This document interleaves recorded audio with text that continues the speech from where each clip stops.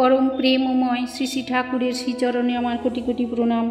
श्री श्री बड़मार श्रीचरणे आमार कोटि कोटि प्रणाम। श्री श्री बरदार श्रीचरणे आमार कोटि कोटि प्रणाम। श्री श्री आचार्यदेवेर श्रीचरणे आमार कोटि कोटि प्रणाम। ठाकुर परिवारेर प्रति प्रत्येकेर चरणे आमार कोटि कोटि प्रणाम। आज के এই শ্রাবণ পরিক্রমায় আমি আলোচনা করব শ্রী শ্রী বড়মার ভক্তি ও শ্রদ্ধার আলোচনা। তিনি ঠাকুরকে কেমন ভালোবাসতেন, কেমন শ্রদ্ধা করতেন, কেমন ভক্তি করতেন, সেটাই আমরা আজকে আলোচনা করব। চক্রবর্তী বাড়ির বড় বউয়ের আলোচনা।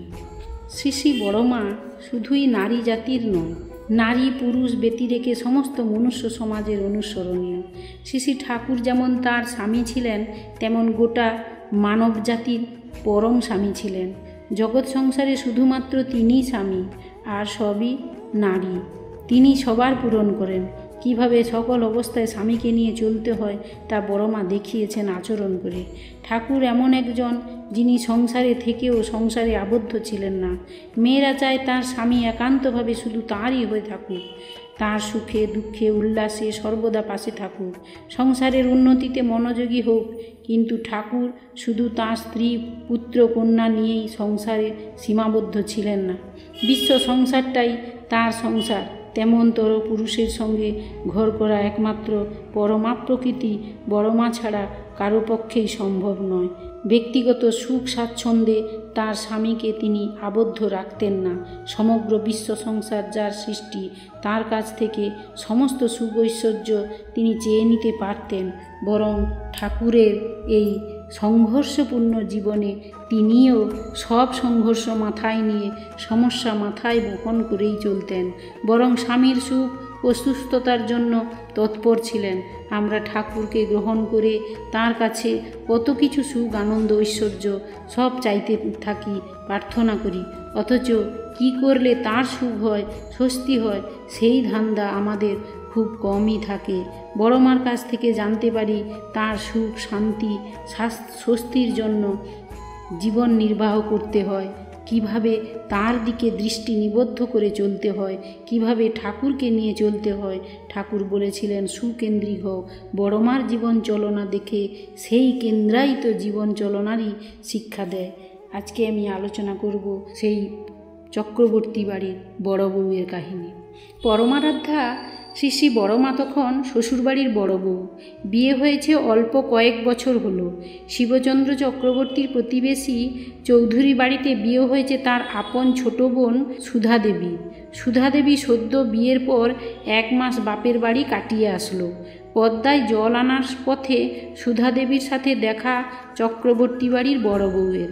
ছোট বোনের সাথে দেখা হতেই ষোড়শীবালা দেবী বাপের বাড়ির কুশল মঙ্গল জিজ্ঞেস করছেন। সুধা দেবী কথায় কথায় বললেন, জানিস দিদি, তোর জন্য মা খুব দুঃখ করছিলেন। আমার অমন সুন্দর মেয়েটা কার কাছে দিয়ে বিয়ে দিলাম, কি সর্বনাশ করলাম। জামাইবাবু ডাক্তারি পড়তে গিয়ে ঠিকমতো পড়াশোনা করেন না, কী সব আজে বাজে নোংরা জায়গায় থাকেন, যার তার সাথে মেলামেশা করেন। এজন্য মা খুব দুঃখ করছিলেন। কথা বলতে বলতে সুধা দেবী হঠাৎ লক্ষ্য করলেন তার দিদির মুখখানি ভীষণ কালো হয়ে গেছে, রাগে কষ্টে গম্ভীর হয়ে গেছে। কোনো কথা না বলে হঠাৎ হনহনিয়ে ষোড়শীবালা দেবী চলে গেলেন বাড়ির ভেতরে। গেলেন যে গেলেন। সেদিনের সেই ঘটনার পর থেকে সুধা দেবী তার বড় দিদির মুখ আর দেখতে পাননি। মাসের পর মাস কেটে যায়, দিদির ছায়াও দেখতে পান না। জানালা দিয়ে একটু পর পরই তাকান চক্রবর্তী বাড়ির পানে, যদি দিদির দেখা পাওয়া যায়। না, কথা বলা তো দূরের কথা, দিদি আর সামনেই আসেন না তার। ছোট বোনের মুখ দেখাই বন্ধ করে দিয়েছেন। সেদিনের ঘটনার পর থেকে বছরের পর বছর কেটে যায়। বড়মা কখনো বাপের বাড়ি যাবার কথা মুখে উচ্চারণও করেন না। মনোময়িনী দেবী অবাক হয়ে যান, এ কেমন মেয়ে, বাবার বাড়ি যেতে চায় না মোটেও। বাবা মা ভীষণ মনে কষ্ট পান মেয়ের আচরণ দেখে। কিন্তু ষোড়শীবালা দেবী অটল। স্বামীর অপমান যিনি করেছেন তার মুখদর্শন করবেন না। সেই ঘটনার কয়েক বছর পর বাবা রামগোপাল ভট্টাচার্য আসলেন মেয়েদের দেখতে। প্রথমে চৌধুরী বাড়িতে ছোট মেয়ের কাছে গেলেন। ছোট মেয়ে খুব আদর যত্ন করলেন, নানা পদ রান্না করে খাওয়ালেন। ছোট মেয়ের বাড়ি সেরে রামগোপাল বাবু আসলেন চক্রবর্তী বাড়িতে বড় মেয়েকে দেখতে। উঠানে এসে মেয়ের নাম ধরে ডাকলেন। সরসীবালা দেবী রান্নাঘরে কি যেন করছিলেন। যেই মাত্র দেখলেন বাবা দাঁড়িয়ে আছেন, সাথে সাথে কোনো কথা না বলে রাগে হনহনিয়ে বাবার সামনে দিয়ে ঘরে চলে গেলেন। একটি কথাও বললেন না বাবার সাথে। রামগোপাল বাবু হতভম্ব হয়ে দাঁড়িয়ে রইলেন। কর্তামা দেখতে পেয়ে তাড়াতাড়ি কুটুম্বকে সমাদর করলেন। বড় বউকে ডেকে আনলেন বাবার সামনে। সরসীবালা দেবী ঘোমটা ঢাকা মুখে বাবাকে প্রণাম করলেন।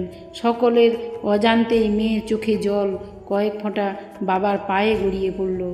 এই ঘটনাটা সত্যি আমরা যেন সেই দেবী উমার ঘটনাই দেখতে পাচ্ছি।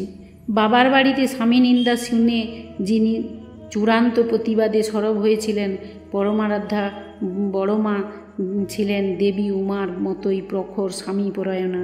এ যুগের তিনি উমা। বিয়ের পরে শ্রী ঠাকুর বড় মাকে নাম শুনিয়েছিলেন না, আর বলেছিলেন হৃদয়ে সবসময় ভগবানকে রাখবে। তারপর থেকে শ্রী বড় মা যখনই নাম করতে করতে ভগবানকে স্মরণ করতেন, স্বামী দেবতার মুখখানিই স্মরণ করতেন। সারা জীবন দ্বিতীয় আর কোনো ভগবানের পূজা করেননি। আলাদা করে কোনো ধর্মকর্ম জপ ধ্যান পূজা অর্চনা তিনি করেননি। স্বামীর বিরাট সংসার আর স্বামীর বিরাট দায়িত্বের অনুগামিনী হয়েই সারা জীবন কাটিয়েছিলেন। আজকে বিরাট সৎসঙ্গের তিনি পরমারাধ্যা বড় মা। কোটি কোটি মানুষের ঘরে তিনি পূজিতা। কিন্তু সেই অল্প বয়সে বিয়ের পর থেকেই জীবনের একটা গুরুত্বপূর্ণ সময় অবধি তিনি কী পরিমাণ দুঃখ কষ্ট যন্ত্রণা ভোগ করেছিলেন নির্লিপ্ত চিত্তে অবিকার মনে, তা আমাদের কল্পনারও অতীত। এই বিরাট সৎসঙ্গের প্রতিষ্ঠা লগ্নে কী নিরলস পরিশ্রম, কী নিদারুণ তাঁর ত্যাগ কষ্ট সহিষ্ণুতার মধ্য দিয়ে তিনি অতিবাহিত করেছিলেন, তা একমাত্র তাঁর পক্ষেই সম্ভব। তাই তিনি লক্ষ্মীমা। সারা পৃথিবী নির্ভর করত ঠাকুরের উপর, আর শ্রী ঠাকুর নিশ্চিন্তে নির্ভর করতেন বড় মার উপর। প্রচণ্ড রাশভারী ছিলেন, স্বল্প বাক, গম্ভীর, নির্লিপ্ত। শ্রী বড় মা সারাটা জীবন অতন্ত্র প্রহরীর মতো ঠাকুরকে পাহারায় রেখেছেন। একাগ্র চিত্তে একাগ্র ধ্যানে তিনি সারা জীবন ঠাকুরের প্রত্যেকটা ছোট বড় প্রয়োজন, ঠাকুরের সুখ স্বাচ্ছন্দ্যের প্রত্যেকটা ছোট বড় চাহিদার প্রতি লক্ষ্য রেখে কাটিয়েছেন। এই প্রেম, এই স্বামীনিষ্ঠা, এই প্রখর একাগ্রতা, এই ত্যাগ, এই কষ্ট সহিষ্ণুতা, নিরলস স্বামী সেবা হিমায়তপুরের সেই চক্রবর্তীর বাড়ির সেই বড় বউ আজ বিশ্বের কোটি কোটি মানুষের কাছে, কোটি কোটি মানুষের হৃদয়ে জগৎজননী বড় মা রূপে অধিষ্ঠিত। শ্রী ঠাকুরের সাথেই তিনি লক্ষ্মী রূপে আজ পূজিত। তাই শ্রী বড় মার এই শুভ জন্ম মাসে তাঁর শ্রীচরণে জানাই আমার শতকোটি প্রণাম, এবং তাঁর এই স্বামী ভক্তিকে জানাই আমার অন্তর থেকে শ্রদ্ধা ও ভক্তি। আপনারা শুনলেন শ্রী বড় মার প্রতিভক্তির কথা, এবং সেই উমার কথা আমাদের মনে পড়ে। যেরকম উমা তার প্রতি নিন্দা সহ্য করতে না পারে তিনি দেহত্যাগ করেছিলেন, সেই রকম বড় মাও প্রতি নিন্দা, সে বাবা হোক আর মা হোক, কারুর কাছ থেকে তিনি শুনতে চান না বা দেখতেও চান না। এইভাবেই তিনি স্বামী ভক্তি করতেন, যা আমাদের সব মেয়েদের কাছে স্মরণীয়, শিক্ষণীয়। আজকে এখানেই রাখছি। আপনারা ভালো থাকুন। জয় গুরু সবাইকে।